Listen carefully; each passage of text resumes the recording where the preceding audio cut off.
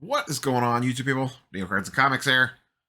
We have a response from Tops/Fanatics regarding duplicate 1 of 1s. A few more of these actually emerged over the last day or so. I think it was up to like 6 or 7.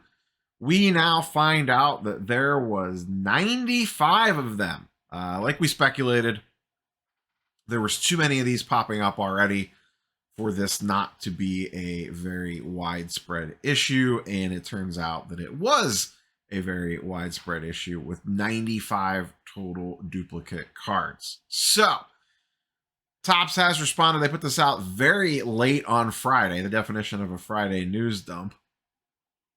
And the response from the community has been about what you would expect. Half the people are rah, this is the greatest thing ever. And then the other half are straight up, mounted up, tinfoil hat brigade. And you can kind of see both sides of it if you want to be 100% honest here. Let's talk about what they're doing. They have offered a very generous buyback program. They put out this nice little formal statement, and there is a link, which I will show in a minute, that runs down all 95 cards that are impacted and their buyback pricing and if they have been redeemed yet. So, couple things. Right off the get, it is nice to see, regardless of what you want to say or what angle you want or whatever spin you want to put on this, the biggest thing, at least me personally, that I was asking for was, Topps, can you give us some communication and some response? And they have done that, and they've actually gone, I don't want to say above and beyond because they really haven't. This is exactly what they should have done. But you could tell that this was on their radar. And my guess, they were A, probably waiting for Friday afternoon, and B, did want to complete the research on it and roll out this program. So clearly they were paying attention and listening, because not only did they dig into the problem, find out exactly how many that there were, they also came up with the program, the values, the website, the legalese, the whole 9 yards on how all this was going to handle or get handled. So that's clearly what they've been working on. So from that standpoint, clear, concise communication, a laid out response, a strong response, all very, very good. Now, if you want to go down the path of the tinfoil hat brigade, you can run wild with this. Half the comments on social media, like I said before, are, this is the best thing ever. And the other half is, they did this on purpose. This is all marketing. They're trying to drive secondary demand, and any other random theory that you want to throw in there. Now, I am no expert on Bowman Chrome Superfractor pricing. It's not something that I've ever looked at to purchase. Everything I have seen, and just based off of just the raw numbers, these buyback prices are extremely strong. So we'll pull them up here. I'm not going to like read these off or anything crazy. But when you could scroll down here, here's the list. The big one is Ethan Salas. This is $75,000. The floor price is $3K. That's the cheapest one on the list, and there are actually multiples at that $3,000 price point, with Salas being the most expensive at $75,000. This totals up, I've seen varying numbers, but basically just shy of 700,000 bucks is the total bounties that they are offering on this.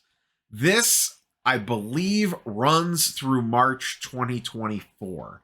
So there is a limited time window to take advantage of this. Queue up tinfoil hat. Also, it is the first person to redeem. And you could see on the list, it clearly lays out the entire checklist of cards and also marks whether they have been redeemed or unredeemed. I saw some complaints about, oh, it's unfair that it's the first person that opens one or claims it or whatever. They should have done something different, yada, yada, yada, yada. Here's the thing. There's no real great way to handle this. This is about as best as you could possibly do. Overall, now obviously this was a massive F up, and it's a bad look on that standpoint. The response is very strong and very good. they are at minimum going to get recoup some of this back in marketing dollars because everybody and their brother and sister will be making content about this. So they're going to get a bunch of videos. Some are going to spin positively. I'm sure some will spin negatively, and some will spin somewhat down the middle. So they're going to get that out of it. I don't know. There's been a lot of discourse and speculation already in comment threads on social that this was a planned by Topps to artificially increase the price of the boxes and cause a bunch of people to run out and want to rip this product to chase these things, and all the normal bunch of nonsense that comes with that. Maybe, sure, I don't really know. Here's the problem. One, I don't even know if these are still for sale on Topps' website. They might still be up on Fanatics, so it drastically increasing the sale price. I don't know that Topps is going to see the benefit of that. They have it at MSRP on their website. It is kind of what it is. Now, it could increase demand and sell-through rate, sure. Could get boxes moving, juice the market, absolutely. Maybe it has some effect on that. I just don't know how many people are going lottery hunting on 95 cards, and really less than that because some have already been pulled that we know of.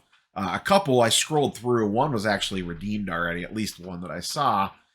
So, I mean, that's needle in the haystack like stuff to chase a 101 for one of these. I don't know. To me, it just seems like a stretch that this was some big nefarious scheme of theirs to juice this. Now, did their response potentially cause a little bit of run on stuff? Maybe. We'll be able to see. I mean, we'll see if box prices jump up in the next week or so, or a bunch more product or breakers are ripping through spots as fast as possible. Maybe it did. I don't know that I'm willing to get there yet on that one. I will give it that, you know, a certain percentage of that 700,000 will essentially be marketing dollars because, like I said, they are going to get a lot of positive spin out of this. Overall, I do think they handled this about as best as you could possibly do. I don't know. Obviously, we would want them not to make the mistake in the first place. Duh.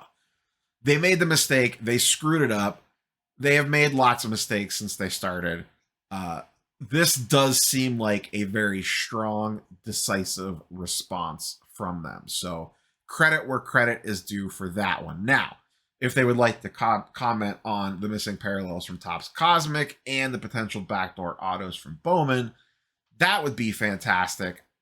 I don't know if it's just that those stories / instances haven't had the legs that this one have, or maybe the number of cards involved with those is much smaller. So I don't want to say that they're not concerned about it or it just hasn't come up on their radar or whatever. This is clearly a massive deal. Bowman is a flagship product. The 101 Superfractor is a massive card. And with those being screwed up, and then, of course, the amount of them, 95, that's not something you can hide. I'd be curious to see what they would have done if it was only a handful. Would we have gotten the same aggressive response? The world will never know. So clearly, this should have never happened. It is a massive mistake. But props, I will give some props to Topps for 100% owning it. It took them about a week, which is, once again, I think, listen, we can all sit here and be like, they needed to get ahead of this way sooner, yada, yada, yada. As someone that works in the investigate a problem and propose a response to a customer field, that is a big portion of my day job. I completely understand sitting back and spending the time and getting all your ducks in a row and making sure you know the full depth of the problem before giving a response / solution if it's needed in any given case. So I think the amount of time that they took, and then once again, it wasn't like today we just got a statement saying, basically doubling down saying, hey, we're looking into this. It was hey, we looked into this. Here's exactly what happened. Here's the number affected. Here's a website, a buyback, a bounty, whatever it is that you want to call it, and all the nonsense to go along with that. That seems like a pretty strong and quick response for a big company like this. The wheels turn slow typically with a lot of red tape. That did not seem to be the case with this particular incident. But once again, I think this kind of rose above a lot of these other ones because this is a pretty massive deal in the grand scheme of things. So they nipped this before it got too far out of control. They'll spin it as a win, or it'll spin as a win because most of the commentary around it will be saying good job Tops. Maybe it juices sales, maybe it doesn't, don't know. Curious for your thoughts and comments on this one down below. What do you think of the response? Do you think this could have been handled differently? Once again, obviously we want it that it never happened, but it did. The fact that it did happen, what do we think about their response? Is there a better way that you think it could be handled? And then are you taking this at face value, or are you going tinfoil hat brigade on this one and saying that, oh, this was done intentionally? If you think this was done intentionally, feel free to fire off in the comments down below. That is all I have for you, boys and girls. Have a wonderful weekend. We will catch you tomorrow for the weekly sports card market update. Peace.